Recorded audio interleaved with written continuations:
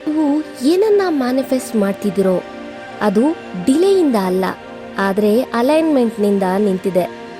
ಎಷ್ಟೊಂದು ಜನರು ಹೇಳ್ತಾರೆ ಲಾ ಆಫ್ ಅಟ್ರಾಕ್ಷನ್ನಿಂದ ರಿಸಲ್ಟ್ ಸಿಗ್ತಿಲ್ಲ ಅಂತ. ನಿಮ್ಮ ಫ್ರೀಕ್ವೆನ್ಸಿ ನೀವು ಬಯಸುವ ಬಯಕೆಯೊಂದಿಗೆ ಹೊಂದಾಣಿಕೆಯಾಗದಿದ್ದಾಗ ಅದು ಡಿಲಿವರಿ ಹೋಲ್ಡ್ಗೆ ಹೋಗ್ಬಿಡುತ್ತೆ. It's not a no, it is not yet ಎಂದರ್ಥ. ಯಾವಾಗ ನೀವು ಫಿಯರ್, ಡೌಟ್ ಮತ್ತೆ ಫ್ರಸ್ಟ್ರೇಷನ್ ಅಲ್ಲಿದ್ದಾಗ ನಿಮ್ಮ ಸಿಗ್ನಲ್ ವೈಬ್ರೇಷನಲಿ ವೀಕ್ ಆಗುತ್ತೆ.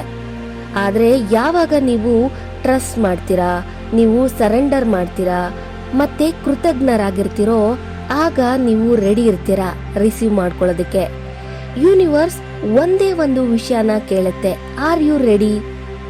ಆದ್ರಿಂದ ನೀವು ಎಮೋಷನಲಿ, ಮೆಂಟಲಿ, ಸ್ಪಿರಿಚುವಲಿ ಅಲೈನ್ಮೆಂಟ್ನಲ್ಲಿ ಇದ್ದೀರಾ ಅಂತಂದ್ರೆ ನಿಮ್ಮ ಕೆಲಸ ಈಗಾಗಲೇ ಬರೋದಕ್ಕೆ ಶುರುವಾಗಿದೆ ಅಂತ ಅರ್ಥ. ಅದಕ್ಕೆ ಈ ಅಫರ್ಮೇಷನ್ಸ್ನ ಮತ್ತೆ ಮತ್ತೆ ಯೂಸ್ ಮಾಡಿ. Whatever I am manifesting, that thing is coming to me in divine timing and I am ready for it. ಈಗ ಕಮೆಂಟ್ ಮಾಡಿ ಇಟ್ಸ್ ಆಲ್ರೆಡಿ ಮೈನ್ ಅಂತ. ಮತ್ತೆ ಪ್ರತಿದಿನ ನೀವು ವೈಬ್ರೇಷನ್ನ ಸರಿಯಾದ ಅಲೈನ್ಮೆಂಟ್ನಲ್ಲಿ ಇರಿಸಿ, ಫೇತ್, ಗ್ರಾಟಿಟ್ಯೂಡ್ ಮತ್ತು ಹ್ಯಾಪಿನೆಸ್ನಿಂದ. ಆಗ ಡಿಲಿವರಿ ಕೇವಲ ಒಂದೇ ಒಂದು ಶಿಫ್ಟ್ನಿಂದ ದೂರವಿದೆ ಅಷ್ಟೇ, ಬೇಗ ನಿಮ್ಮನ್ನ ರೀಚ್ ಆಗಿಬಿಡುತ್ತೆ.